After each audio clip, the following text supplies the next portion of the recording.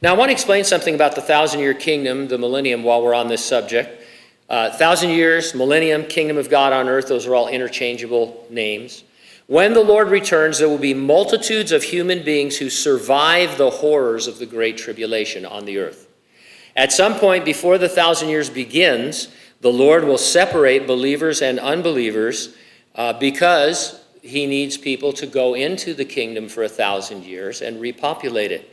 This is famously referred to as the sheep and goat judgment in Matthew 25, where the Lord sets people down by nation and says, you supported my people and you didn't. And so the ones who don't are considered goats, and they go off into Hades to await everlasting punishment. And the sheep are human beings in their mortal bodies who go into the time of the 1,000 years. You probably know people who believe that the rapture of the church happens after the Great Tribulation. Not before, not 7 years before, but right after it, as the Lord returns. You probably know some people who haven't told you this yet, or they think they have, or you've misunderstood them.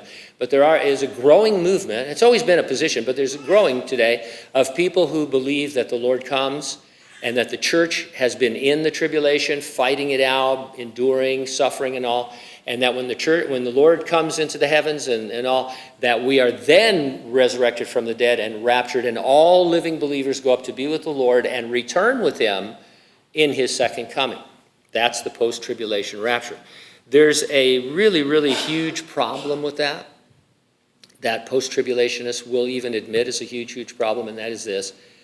If the Lord returns at his second coming and raptures and resurrects all the believers from planet Earth, there are no believers left on planet Earth to go into the millennial kingdom.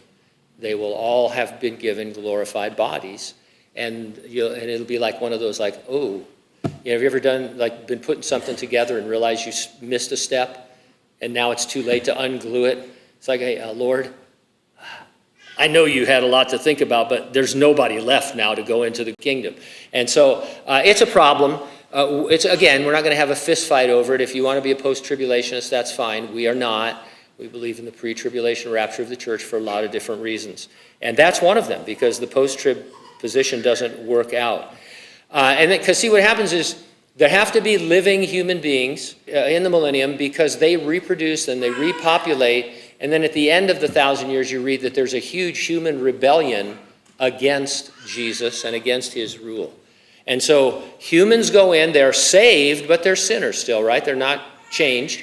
And as they give birth, their children are like our children today. They're, with a sin nature. And so anyway, just wanted to touch on that in case you run into that.